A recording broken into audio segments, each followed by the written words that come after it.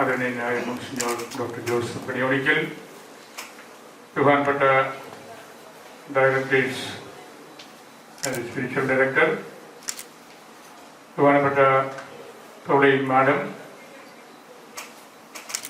ബഹുമാനപ്പെട്ട CEO സ്വാഗുടി സാറേ, ആദരണീയരായ കാർഡിയാക് സർജൻസ്, പാലായുടെ ഹൃദയഭാഗത്തു നിന്നുള്ള ക്ഷണിക്കപ്പെട്ടവരായ പ്രിയപ്പെട്ട വിശിഷ്ട അതിഥികളെ, ഹോസ്പിറ്റലിലെ മറ്റ് പ്രവർത്തകരെ, വളരെ സന്തോഷപ്രദമായ ഒരു ഈവനിങ്ങിലാണ് നമ്മളിപ്പോൾ ആയിരിക്കുന്നത്. ഇത് നമുക്ക് കൂടുതൽ പരിചയപ്പെടാനുള്ള ഒരു അവസരമാണെന്ന് ഞാൻ കരുതുകയാണ്. പാലായുടെ പ്രവർത്തന മേഖലകളിൽ ഈ സെന്ററിനുള്ള പ്രാധാന്യം, പ്രത്യേകിച്ച് ഹൃദയ സംബന്ധമായ കാര്യങ്ങളോട് ബന്ധപ്പെട്ടിട്ടുള്ള പ്രഗത്ഭരായ ഡോക്ടേഴ്സിൻ്റെ സാന്നിധ്യം, അതെല്ലാം ഒന്നുകൂടി നേരിട്ട് കണ്ട് അനുഭവിച്ചറിയാനുള്ള ഒരു മണിക്കൂറാണിത്. നിങ്ങൾക്ക് പ്രഗത്ഭരായ ഡോക്ടർമാരെ ക്ലാസ്സുകൾ എടുക്കുന്നുണ്ട്. ചെറിയ ക്ലാസ്സുകളാണെന്ന് ഞാൻ കരുതുന്നു. ഈ സന്ധ്യയിൽ നിങ്ങളെല്ലാവരെയും കൂടി വിളിച്ച് ഒരുപാട് ക്ലാസ് എന്നുള്ളതായിരിക്കില്ല. അതുവഴി നിങ്ങൾക്ക് കൂടുതൽ കാര്യങ്ങൾ കേൾക്കാനും മനസ്സിലാക്കാനുമുള്ള ഒരു അവസരമാകാം. നമ്മളുടെ പ്രവർത്തനങ്ങൾ ഈ ദേശത്തുള്ള സാധാരണക്കാർക്ക് ഉപകാരപ്പെടണം എന്നുള്ള ഒരു ലക്ഷ്യമാണ് രൂപത എന്ന നിലയിൽ നമ്മൾ ഏത് പ്രവർത്തനങ്ങളിൽ ഇടപെടുമ്പോഴും മനസ്സിലുള്ളത്. നമ്മുടെ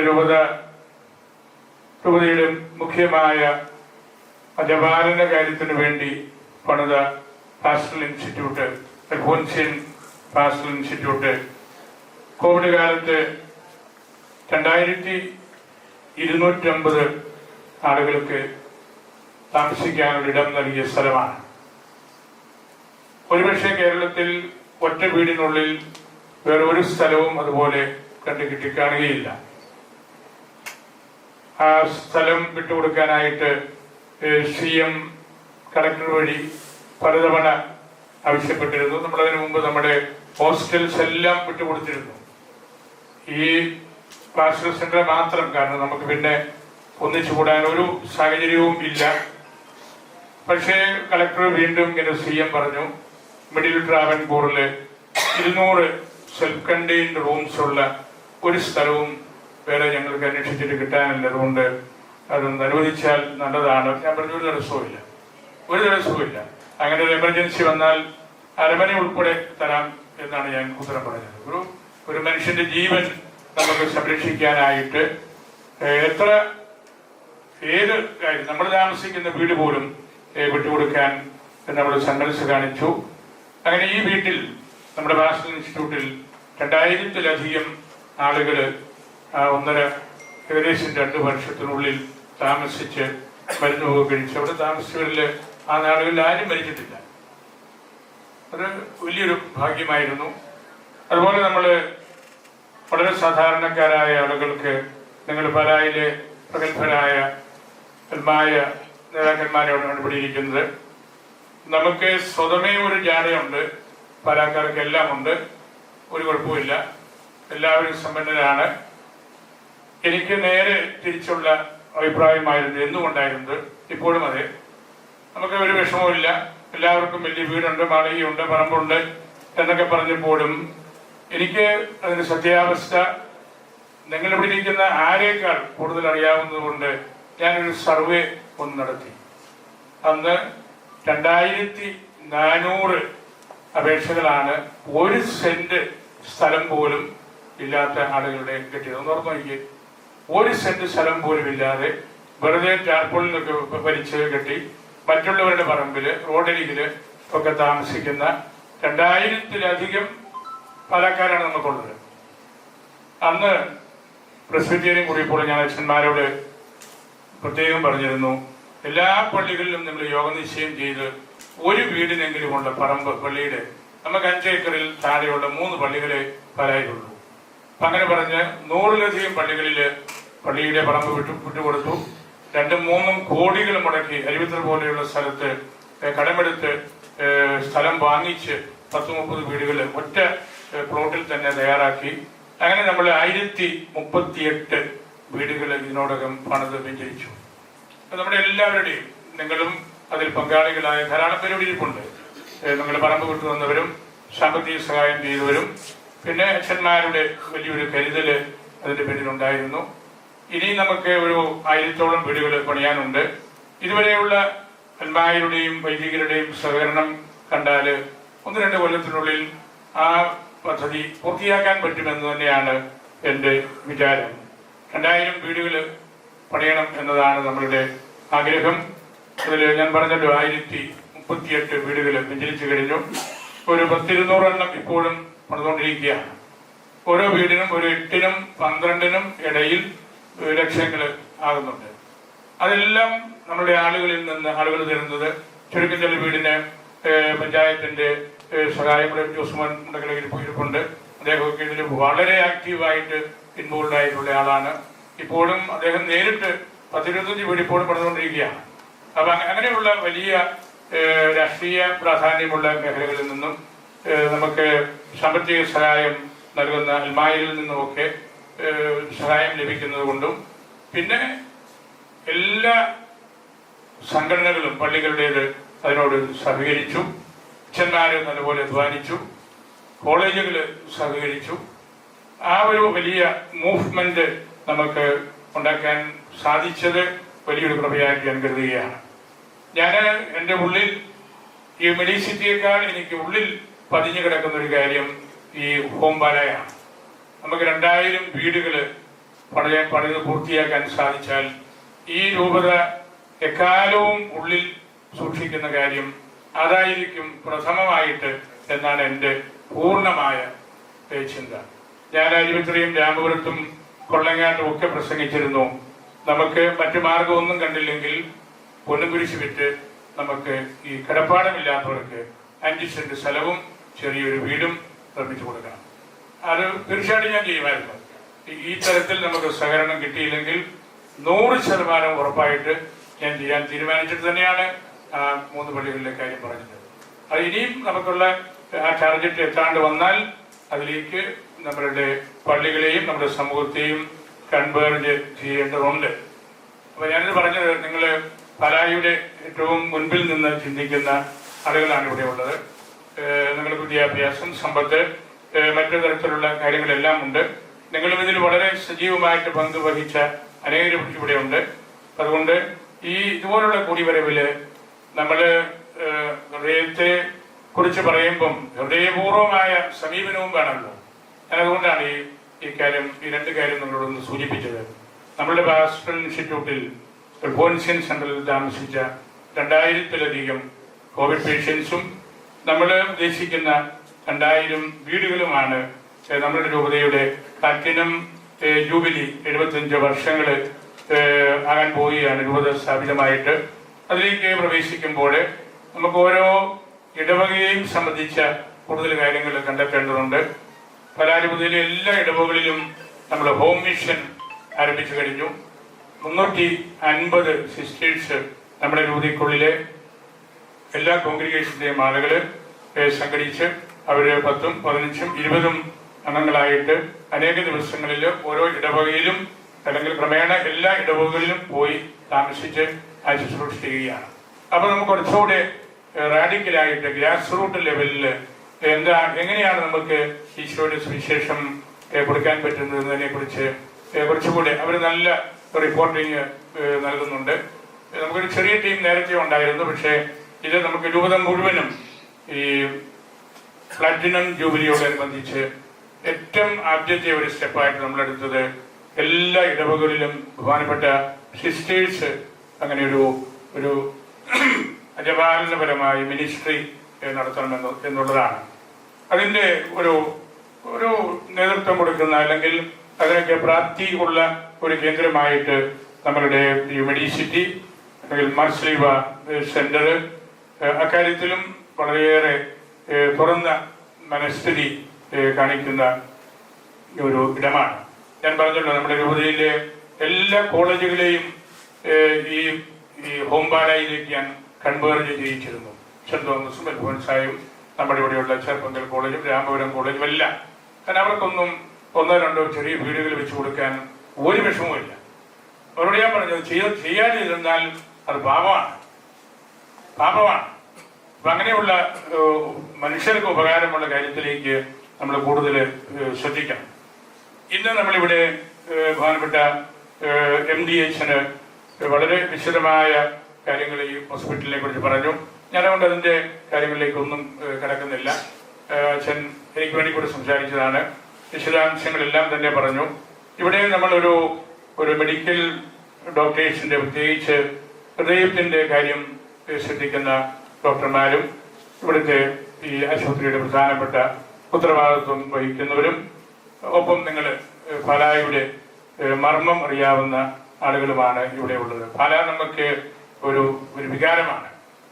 പാല നമുക്കൊരു ഇൻസ്പയറിംഗ് കോഴ്സാണ്. ഞാൻ സെമിനാരിയിലൊക്കെ പഠിപ്പിച്ചിരുന്ന കാലത്ത് ഈ മലബാറിലും ഇതിലെല്ലാം പല ക്ലാസ്സൊക്കെ എടുക്കാൻ പോയി ബസ് നോക്കി നിൽക്കുമ്പോൾ പാല ബോർഡ് വെച്ച് ഒരു വണ്ടി കാണുമ്പോൾ അതിനേക്കാൾ സന്തോഷമുള്ളൊരു കാര്യം എനിക്കൊന്നുമില്ലായിരുന്നു. നമ്മുടെ ലക്ഷ്യം പാലയാണ്. പാല ബോർഡിൽ ഒരു വണ്ടി കണ്ടാൽ നമ്മുടെ ലക്ഷ്യം നേടി. അതെനിക്ക് ഒരുപാട് അവസരങ്ങളിൽ മനസ്സിലായിട്ടുള്ളൊരു കാര്യമാണ്. അതുകൊണ്ട് പാല നമുക്ക് നൽകുന്ന ഒരു കംഫർട്ട് വളരെ വലുതാണ്. വളരെ സ്ഥായി ഭാവമുള്ള ക്രൈസ്തവ പാരമ്പര്യം, ഇതര മതസ്ഥരുടെ സാന്നിധ്യം, അവരുടെ ഒരു കൂട്ടായ്മയിൽ ഒന്നിച്ച് ജീവിക്കാനായിട്ട് നമുക്ക് സാധിക്കുന്നു എന്ന ആ സംതൃപ്തി, അതെല്ലാം നമുക്ക് വളരെ പ്രധാനപ്പെട്ട കാര്യമാണ്. നമ്മുടെ വിദ്യാഭ്യാസ സ്ഥാപനങ്ങളെല്ലാം അത്തരത്തിലാണല്ലോ. പ്രവളങ്ങാട് കോളേജിൽ 70% ആളുകൾ ഹൈന്ദവ സമുദായത്തിൽ പെട്ടവരാണ് കുട്ടികൾ. അരുവിത്തറ 60% കൂടുതൽ മുസ്ലിം സമുദായത്തിലെ കുട്ടികളാണ്. നമ്മുടെ സ്ഥാപനങ്ങളെല്ലാം എല്ലാവരുടെയും വളർച്ചയ്ക്ക് വേണ്ടി, അവരുടെ ഉന്നമനത്തിന് വേണ്ടി തുറന്നു കൊടുത്തിരിക്കുകയാണ്.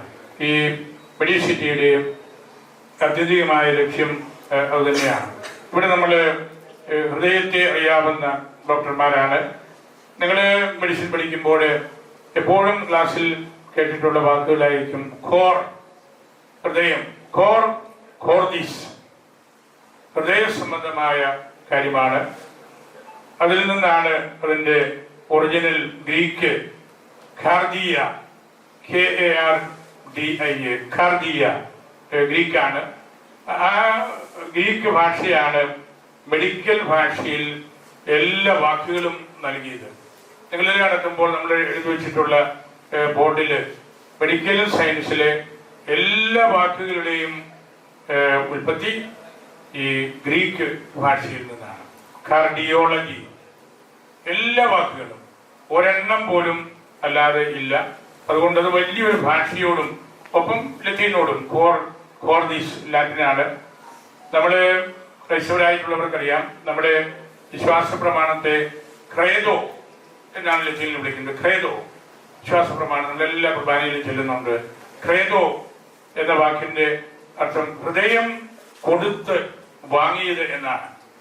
ക്രൈസ്തവ സമൂഹം അവരുടെ ഹൃദയം കൊടുത്ത് കാത്തു സൂക്ഷിച്ച കാര്യമാണ് വിശ്വാസ പ്രമാണം.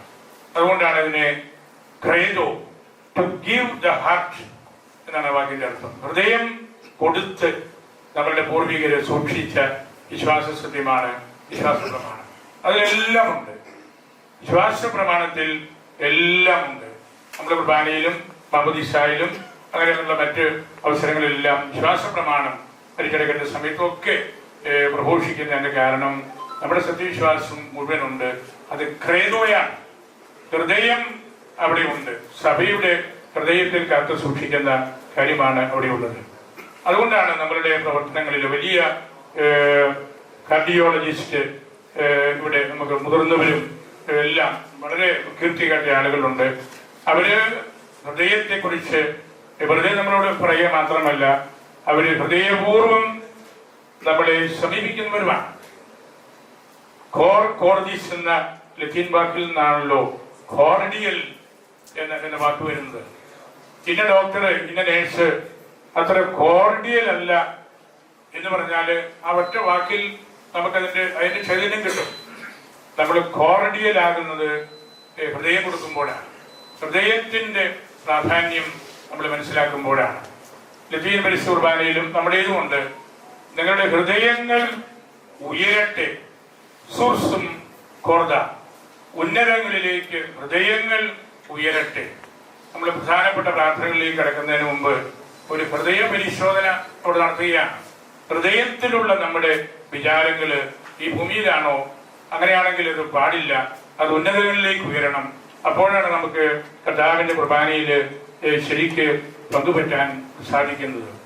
സൂർസും കോർദ, ഹൃദയങ്ങൾ ഉയരട്ടെ, വിചാരങ്ങൾ ഉന്നതത്തിലേക്ക് ഉയരട്ടെ എന്നുള്ളതും ഈ ക്രേതോ പോലെ ഹൃദയത്തിൽ നിന്ന് വരുന്ന കാര്യമാണ്.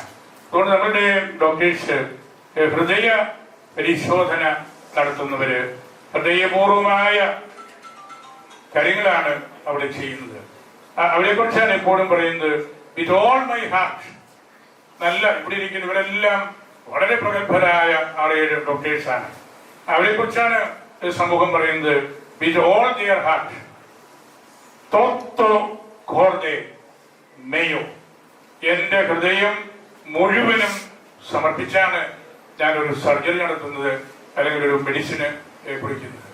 അതാണ് ഡോക്ടേഴ്സിന്റെ, പ്രത്യേകിച്ച് കാർഡിയോളജിസ്റ്റിന്റെ സർവപ്രധാനമായ ദൗത്യം എന്ന് ഞാൻ കരുതുകയാണ്. തോത്തോ കോർദേ മെയോ, എന്റെ പൂർണ്ണ ഹൃദയത്തോടെ. അതാണ് കോർഡിയൽ, ഹൃദയപൂർവമായ സമീപനത്തോടെ നമ്മൾ ഒരു രോഗിയെ അല്ലെങ്കിൽ ഒരു സമൂഹത്തെ നമ്മൾ കാണുകയും അഡ്രസ് ചെയ്യുകയും ചെയ്യുമ്പോൾ സംഭവിക്കുന്നത്. ഈശോ പറഞ്ഞല്ലോ, നിങ്ങളുടെ നിക്ഷേപം എവിടെയാണോ അവിടെയാണ് ഹൃദയം. അവിടെയാണ് ഹൃദയം. നിങ്ങളുടെ നിക്ഷേപം, നിങ്ങളുടെ ചിന്തകള്, നിങ്ങളുടെ ആഗ്രഹങ്ങള് എവിടെയാണോ അവിടെയാണ് ഹൃദയം. കുർബാനയുടെ സമയത്ത് ഹൃദയം ഉയരട്ടെ എന്ന് പറയുന്നത് ആ ഭൗതിക സമ്പത്തിൽ നിന്നൊക്കെ ഒരു ഉണർവ് വേണം നമുക്ക് ഈ ദിവ്യരഹസ്യങ്ങള് മനസ്സിലാകാനായിട്ട്. അങ്ങനെയുള്ള ഒരു ഉണർവ് ആണ് ഹൃദയ സംബന്ധമായ രോഗങ്ങൾ വഴി വരുന്നവർക്കും അല്ലെങ്കിൽ ഡിപ്രഷൻ പോലെയുള്ള കാര്യത്തോടുകൂടി വരുന്നവർക്കുമെല്ലാം ഇവിടം നമുക്ക് കൊടുക്കാനായിട്ട് സാധിക്കുന്നത്. അതുകൊണ്ട് ഈ സമ്മേളനം വളരെ പ്രധാനപ്പെട്ട ഒരു കൂടിവരവായിട്ടാണ് ഞാൻ കരുതുന്നത്.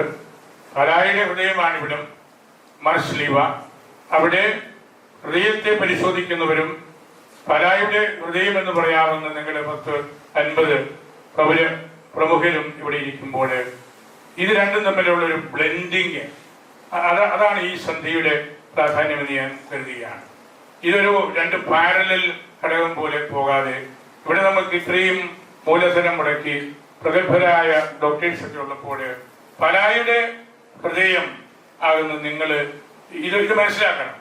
ഇവിടെ നടക്കുന്ന കാര്യങ്ങള്, ഇതിന്റെ പ്രാധാന്യം, ഈ മെഡിസിറ്റിയുടെ ഒരു സെൻട്രാലിറ്റി, അത് കീപ്പപ്പ് ചെയ്യുന്ന ആത്മീയമായിട്ടുള്ള വീക്ഷണങ്ങള് ഒക്കെ നമുക്ക് കൈമോശം വന്ന് പോകരുത്. അതിനുവേണ്ടി ആണെന്ന് ഞാൻ കരുതുന്നു ഇങ്ങനെ ഈ സമ്മേളനം വന്ന്. ഞാൻ അപ്രതീക്ഷിതമായിട്ടാണ് പറഞ്ഞത്. എനിക്ക് 1-2 അടിയന്തര കാര്യമുള്ളതുകൊണ്ട് എനിക്ക് വേഗത്തിൽ മാറേണ്ടതുണ്ട്.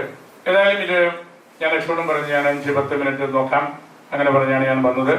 ഇത് നമുക്ക് വളരെ പ്രധാനപ്പെട്ട ഒരു കൊടിവരവായിട്ട്, ഒപ്പം ഒരു സോഷ്യലൈസേഷന്റെ ഒരു ഇന്ററാക്റ്റീവായിട്ടുള്ള ഒരു ഫേസ് ടു ഫേസ് കണ്ടുമുട്ടലിന്റെ ഒക്കെ അവസരമാകണം. അങ്ങനെ ഈ 2 സ്ട്രീംസ് ഇവിടെ ഒന്നിക്കുമ്പോൾ ഈ മെഡിസിറ്റിക്ക് അതൊരു പ്രധാനപ്പെട്ട ദിവസമാണ്. മെഡിക്കൽ സയൻസ് എല്ലാ സയൻസുകളിലും വെച്ച് വളരെ പ്രധാനപ്പെട്ടതാണ്.